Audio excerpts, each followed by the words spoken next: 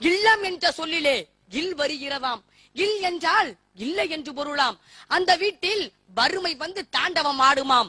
தொண்டு செய்து பழுத்த பழம் தந்தை பெரியார் பிறந்த நாட்டிலே வாசு சாத்திரமும் என் ஜோதிடமும் சேர்ந்து செய்கின்ற மாளங்கள் இவை.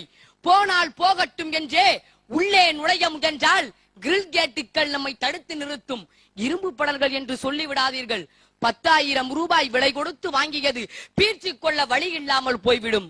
ஒரு நிமிடம் நிமிர்ந்து பாருங்கள். நாய்கள் ஜாக்கிரதை.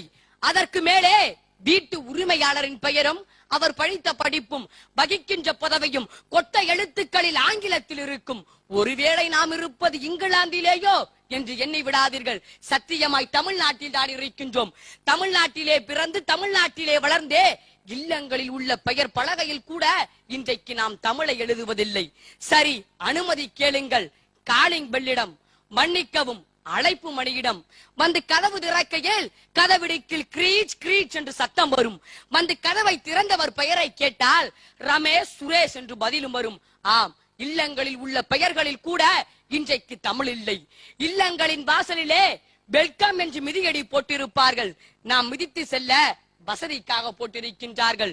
வீடு 3 அடுக்கு மாளிகையா, கிரவுண்ட் புளோரா, ஃபர்ஸ்ட் புளோரா, செகண்ட் புளோரா என்பார்கள்.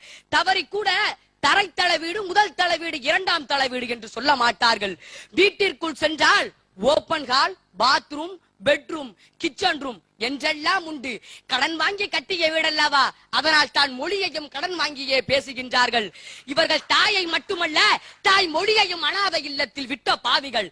கதவு டோர் ஆனது, சாளரம் ஜன்னல் ஆனது, மரப்பேழை இலைப்பேழை எல்லாம் இப்போ பீரோ ஆனது. பூட்டுக்கு சாவி எங்கே? எல்லாம் அரபு சொற்கள் இங்கே. உணவு பொருட்களில் கலப்படம் என்றால் கோபம் வருகின்றதே. உங்கள் தாய்மொழியில் கலப்படம் என்றால் கோபம் வரவில்லையே ஏன்? வெட்டி கட்டுவதால் வேட்டி வேசியானது, உயர்ந்திருப்பதால் மிசை மேசையாய் இருந்து மேஜையானது. இல்லங்களில் உள்ள பொருட்களில் கூட இன்றைக்கு தமிழ் இல்லை. ஃபாதருக்கு டாடியாம், மதருக்கு மம்மியாம். அப்பா அம்மா என்ற சொற்களை எல்லாம் தமிழர்களே இன்றைக்கு அம்மியில் வைத்து நசுக்கி விட்டீர்களே. அதுவும் மம்மி என்று அழைக்கின்ற போதே அந்த தாய் அடைகின்ற பூரிப்பு மகிழ்ச்சி எவ்வளவு தெரியுமா? இன்ற பொழுதின் பரிதுவக்கும் தன் மகன் மம்மி என்று அழைக்க கேட்ட தாய் என்று புது குரலே படைக்கலாம். வள்ளுவரே, என்னை மன்னித்து விடுங்கள். இவர் எல்டர் பிரதராம், இவர் எங்கர் பிரதராம். அண்ணன் தம்பிகள் என்று அண்ணாவும் தம்பியும் சரித்திரம் படைத்து விட்ட நாளில்தான் இந்த கொடுமை. அதைவிட தமையன் தம்பி என்று தீந்தமிழில் அழகான சொற்கள் உண்டு. எல்டர் பிரதர், எங்கர் பிரதர் வேண்டும் என்பவர்கள் இவர்கள் கனியிருக்க காய்க்கவரும் தமிழ் மக்கள் அல்ல, தமிழ் மாக்கள். 5 அறிவு விலங்கிற்கு தெரிந்த தமிழ், பகுத்தறிவு தமிழனுக்கு தெரியாமல் போனதே ஏனோ. ஆம், இன்றைக்கு நாம் உண்ணுகின்ற உணவில் கூட தமிழ் இல்லை. பசி எடுத்தால் தமிழா ரைஸ் கேட்கின்றாய், சாதம் கேட்கின்றாய், என்றாவது சோறு கேட்கின்றாயா? சோறு என்றால் அரிசி உணவு என்று பொருள். இறைவனினுடைய திருவடி நிழல் என்றும் பொருள். வெந்த அரிசிக்கும் வேகாத அரிசிக்கும் வேறுபாடு அறியாத ஆங்கிலத்திலே கேட்கின்றாயே.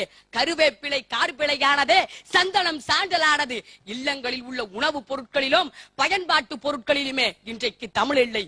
மார்னிங் பெட்ல இருந்து எழுந்திருச்சு டீயை குடிச்சிட்டு பிறகு டிஃபன் பண்ணிட்டு ஆபீஸ்க்கு கிளம்பி இந்த டிராபிக்ல போனா மதியானம் ஆபீஸ்லயே லஞ்ச முடிச்சிட்டேன், இப்ப வீட்டுக்கு வந்திருக்கேன், டயர்டா இருக்கு, ஒரு டீ போட்டுருவா என்று நாகரிக தமிழில் பேசும் தமிழர்களே, நான் ஒன்று சொல்லிக் கொள்ள ஆசைப்படுகின்றேன். நீங்கள் நாகரிக தமிழில் பேசவில்லை, தமிழன் என்ற அடையாளத்தை இழந்து கொண்டிருக்கின்றீர்கள் என்பதை மட்டும் மறந்து விடாதீர்கள். செந்தமிழுக்கு ஒரு தீங்கு வந்த பின்னும் இந்த தேகம் இருந்தொரு லாபம் உண்டோ என்ற பாவேந்தடினுடைய பாடல் வரி எனக்குள் கனலாய் இருக்கின்றது. தமிழன் பண்பாடே உறவு முறை, பழக்க வழக்கம், உணவு முறை எல்லாவற்றையும் அழித்து அனாதையாக ஆசைப்படுகின்றான்.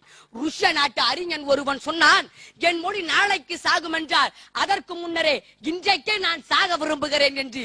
இக்கருத்துக்கு கொடிபிடிக்கும் உலக தமிழர்களே, எழுந்து வாருங்கள், நம் தமிழை உயர்த்தி பிடிப்போம். இல்லங்களிலே மெல்ல தமிழினி சாகுமா வளருமா தீர்மானியுங்கள் என்று